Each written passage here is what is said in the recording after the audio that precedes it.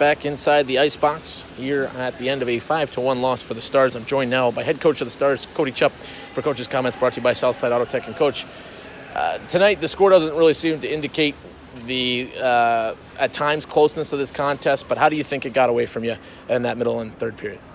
Well, there were a few things. I think Moose, he wants a few of those back, no question, and it's definitely not all on him. I know he's beating himself up right now, and obviously we wanted him to be better. He wanted to be better, but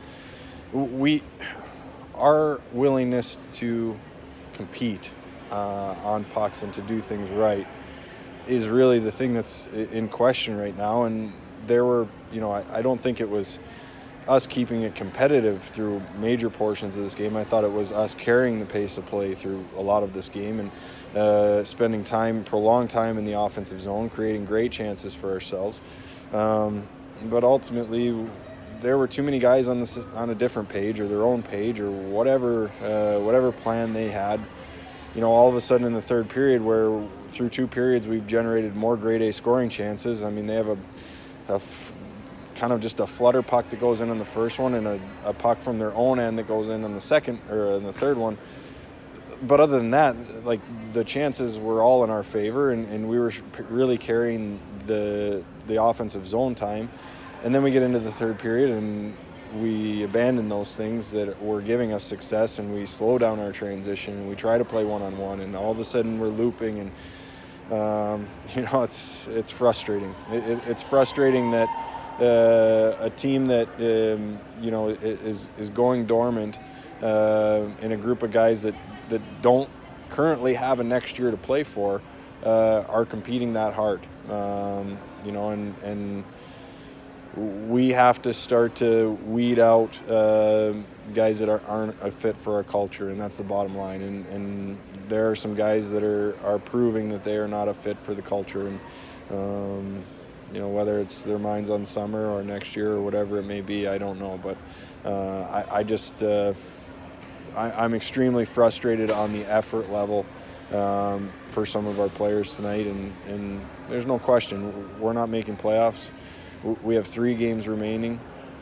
All the excuses are there, but we want guys that don't care about the excuses, that are willing to compete night in and night out. And ultimately, college teams, they want guys that don't care about the excuses and are willing to compete night in and night out. And NHL teams, they want guys that are willing to compete night in and night out. So the built-in excuse of we're not going to make the playoffs it's ridiculous to me. And right now we have some guys that are on summer vacation, and it's tough to, as a coach, to have been through it and to understand how important learning to do those things every day is, and how much it pays dividends in the long run in your career.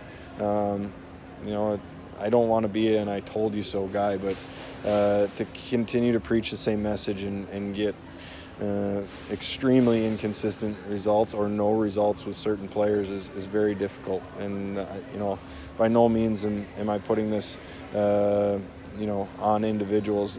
It's the whole thing. Like, it's staff, players, from the bottom to the top. This isn't the right culture. It's not, and we have to continue to build. And when you're building a culture, if people aren't a fit, then they have to go. And we're going to have some hard decisions to make here going forward. But the Lincoln Stars, the culture, the foundation that this organization is built on, deserves better. And I think, from a staff standpoint, that's the most frustrating thing for us is we know the history of the Lincoln Stars. We understand what a privilege it is to be in this organization. And don't get me wrong, there are guys that know and understand that. But that culture is so important, and we have to get back to that culture of hard-nosed, hard work, blue-collar guys that, if nothing else, are going to work their butts off every single day. Seems like in recent weeks, today might have been the third period coming out of the second, but it seems like there's a start that's decent, in most of the games, not every game, but most of the games in recent weeks, despite the streak, the losses that have come in that stretch. What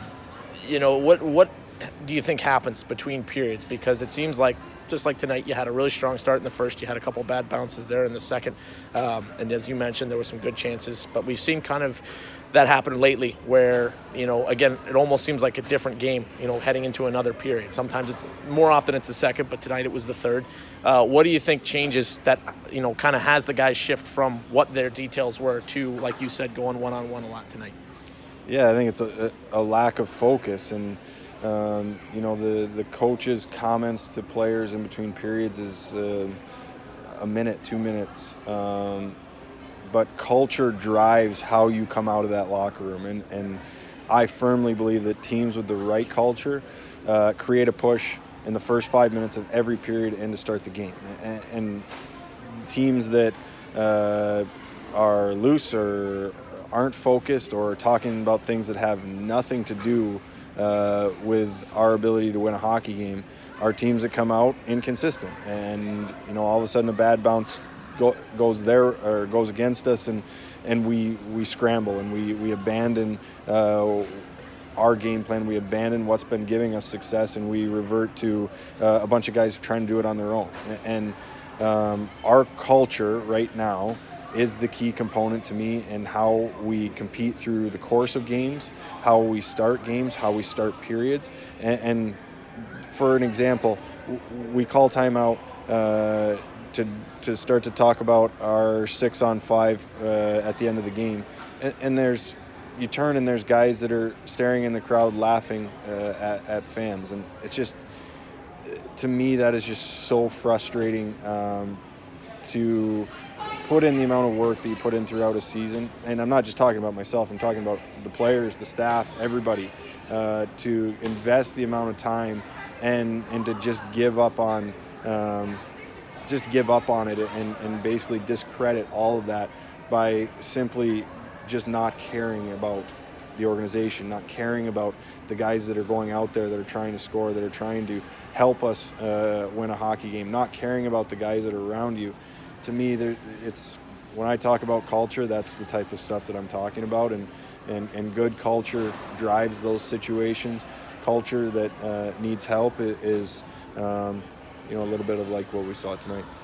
On a positive note, Declan McDonnell gets his first goal. We talked about him and Charlie Shane extensively during the week. We talked to both of them during the week, and you had mentioned the pace of play, them adjusting to that, getting used to that, and showing energy, signs of progress, and bringing that energy on a night-to-night basis, maybe bringing some of that culture, and the guys really want to be here, really want to push for a spot.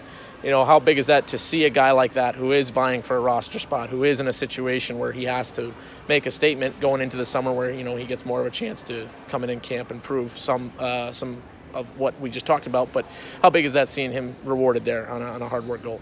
Yeah, I think for a forward, getting that first one is always big. And at any level, to get your first goal kind of gets that stress off you, the monkey off your back, so to speak, where you start to play a little bit more free. And it's, for a forward especially, you're not aiming the puck, you're just shooting it. You're not gripping the stick a little tighter in scoring situations. You're not overthinking your next play.